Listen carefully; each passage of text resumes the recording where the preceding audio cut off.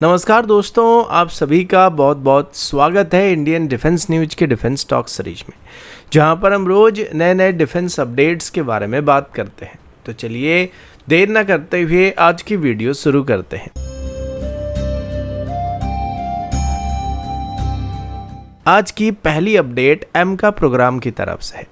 और अभी हम एमका प्रोग्राम के रडार के बारे में बात करने वाले हैं। डीआरडीओ की तरफ से भी बात कंफर्म किया गया कि एमका फाइटर जेट के लिए एक indigenous gallium nitride based ASR radar को डेवलप किया गया है, जिसमें टोटल 1593 ट्रांसमिट और रिसीव मॉड्यूल मौजूद होने वाले हैं। ये रडार एमका को एक कटिंग एज सेंसर एडवांटेज देने वाला है, जिसमें superior detection, electronic warfare resistance और मल्टी मोड कैपेबिलिटी मिलने वाली है।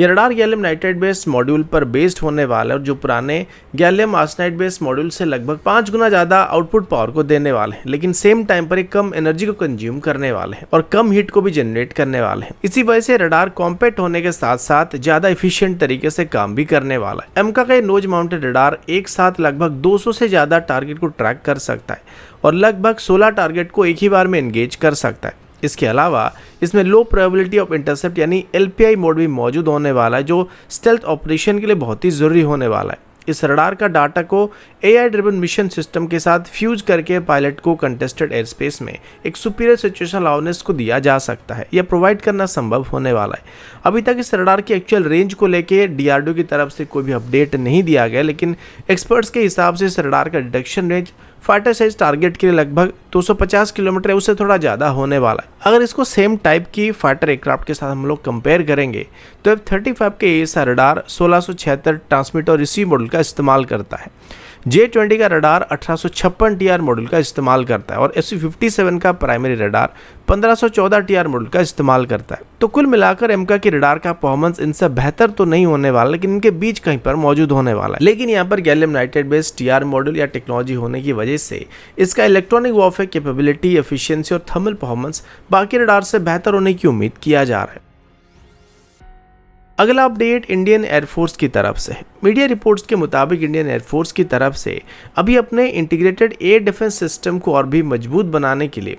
Indigenous quick reaction surface to air missile system को यानी कि QRSAM को अपनी सर्विस में शामिल करने का प्लान किया जा रहा है, जिसे अभी ऑफिशियली अनंत शस्त्र का नाम दिया जा चुका है। इंडियन एयरफोर्स की तरफ से अभी 3 स्क्वाड्रन QRSAM को एक्वायर करने की बात सामने आई है, जिसमें हर स्क्वाड्रन में 7 फायरिंग यूनिट मौजूद होने वाली है, जो हमारे फॉरवर्ड एयरबेस और एयरफील्ड को क्रूज मिसाइल और ड्रोन अटैक से प्रोटेक्ट करने के लिए काम आने वाले हैं। पिछले हफ्ते ही इंडियन आर्मी की तरफ से ही भारत इलेक्ट्रॉनिक लिमिटेड को लगभग 30,000 करोड़ का एक टेंडर दिया गया था, जिसमें 3 रेजिमेंट अनंत शस्त्र सिस्टम को एक्वायर किया जाने वाला है। लेकिन आर्मी की और इंडियन एयरफोर्स की QRSAM यूनिट में एक मेजर डिफरेंस होने वाली है। आर्मी के लिए एक रेजिमेंट में 9 फायरिंग यूनिट मौजूद होने वाली है, जबकि इंडियन एयरफोर्स के लिए स्क्वाड्रन स्ट्रक्चर थोड़ा छोटा रखा जाने वाला है, जिसमें सिर्फ 7 फायरिंग यूनिट मौजूद होने वाले हैं।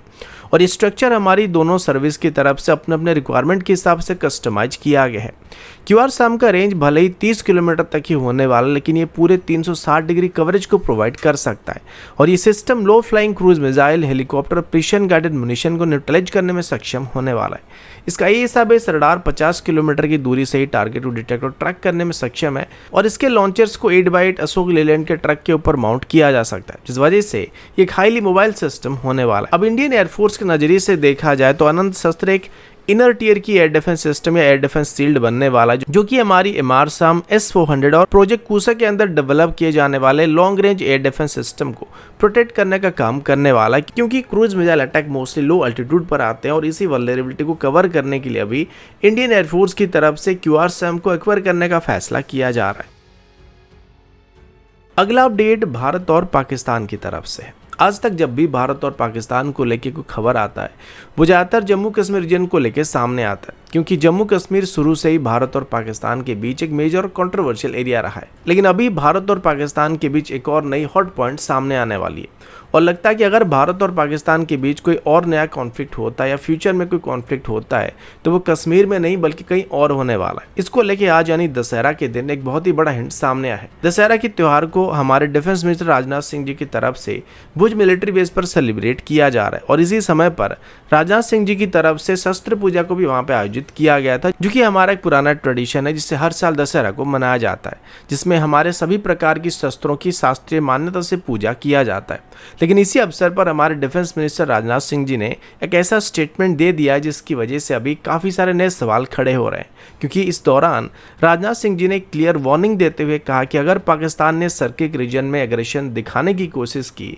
तो उसका जवाब इतना ज़बरदस्त होगा कि उससे हिस्ट्री और ज्योग्राफी दोनों ही बदल सकते हैं। अब सर्किक एरिया के बारे में बात करें तो ये 96 किलोमीटर का लंबा एक टाइडल एरिया है जो कि गुजरात के रण ऑफ कच्छ और पाकिस्तान के बीच मौजूद है। पिछले 78 सालों से इस एरिया को लेकर भारत और पाकिस्तान के बीच बॉर्डर डिस्प्यूट चलते आ रहे हैं, लेकिन दलदली इलाका होने की वजह से ये बॉर्डर इतना टेंस नहीं रहता है, क्योंकि यहाँ से आतंकवादियों का भारत में घुसपैठ करना लगभग नामुमकिन होता है और रेगुलर बेसिस पर यहाँ पर बीएसएफ की तरफ से पेट्रोलिंग भी किया जाता है। लेकिन अभी पता चला कि पाकिस्तान की तरफ से अभी इस रीजन में अपनी मिलिट्री इंफ्रास्ट्रक्चर्स को एक्सपैंड करना शुरू किया जा रहा है, जो भारत के लिए कंसर्न खड़ा कर सकता है, क्योंकि पिछली बार जो भुज और सर्किक एरिया में फ्रंट खुला था तब भारत और पाकिस्तान के बीच एक फुल स्केल का वॉर हुआ था। तो इस वजह से हमारे डिफेंस मिनिस्टर राजनाथ सिंह जी का सर्किक एरिया में पाकिस्तान के मिलिट्री बिल्डअप को हाईलाइट करना और एक तरीके से पाकिस्तान को वार्निंग देना इस बात को काफी सीरियस मोड देने लगा है और लगता है कि आगे चल के भारत और पाकिस्तान के बीच अगर कोई हॉट पॉइंट ओपन होने वाला है तो वो सर्किक रीजन में होने वाला है। अगला अपडेट पाकिस्तान की तरफ से है। 13 अगस्त को अपने इंडिपेंडेंस डे के अवसर पर पाकिस्तान के पीएम शहबाज शरीफ ने एक नई आर्मी रॉकेट फोर्स को अनाउंस किया था।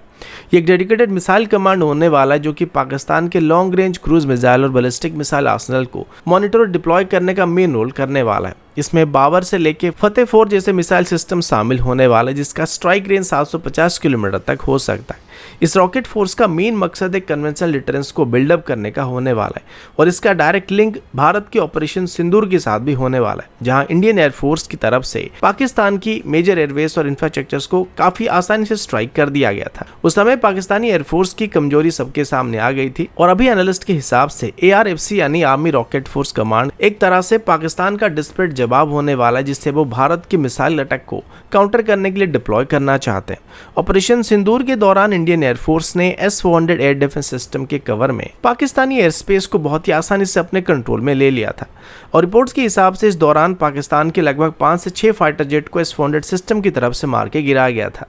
और पाकिस्तान को एहसास हो गया था कि अगर भारत के पास S-400 सिस्टम मौजूद रह गया, कवर रहेगा, तो पाकिस्तान अपने एयरक्राफ्ट को भी अपनी एयर स्पेस के अंदर सेफली ऑपरेट नहीं कर सकता है। खास करके इंडियन एयर डिफेंस नेटवर्क को टारगेट करने के लिए अभी पाकिस्तान की तरफ से इस रॉकेट फोर्स को सेटअप करने का फैसला किया गया है, जिसे सबसे पहले वो इंडियन एयर डिफेंस सिस्टम को टारगेट करने की कोशिश करने वाले हैं, क्योंकि उनको पता चल चुका है कि जब तक भारत की S-400 एयर डिफेंस सिस्टम जैसे कोई भी long range air defence system active रहेंगे, तब तक वो भारत के ऊपर कोई भी ऑफेंसिव अटैक को लॉन्च नहीं कर सकते हैं। इस वजह से पाकिस्तान की तरफ से अभी अपनी रॉकेट फोर्स को जल्दी से जल्दी तैयार करने की कोशिश किया जा रहा है और ये आगे चल के भारत के लिए सबसे बड़ा खतरा बन सकता है। तो दोस्तों, अभी के लिए इतना ही। मिलता हूँ आपसे अगले वीडियो में, तब तक के लिए जय हिंद, वंदे मातरम।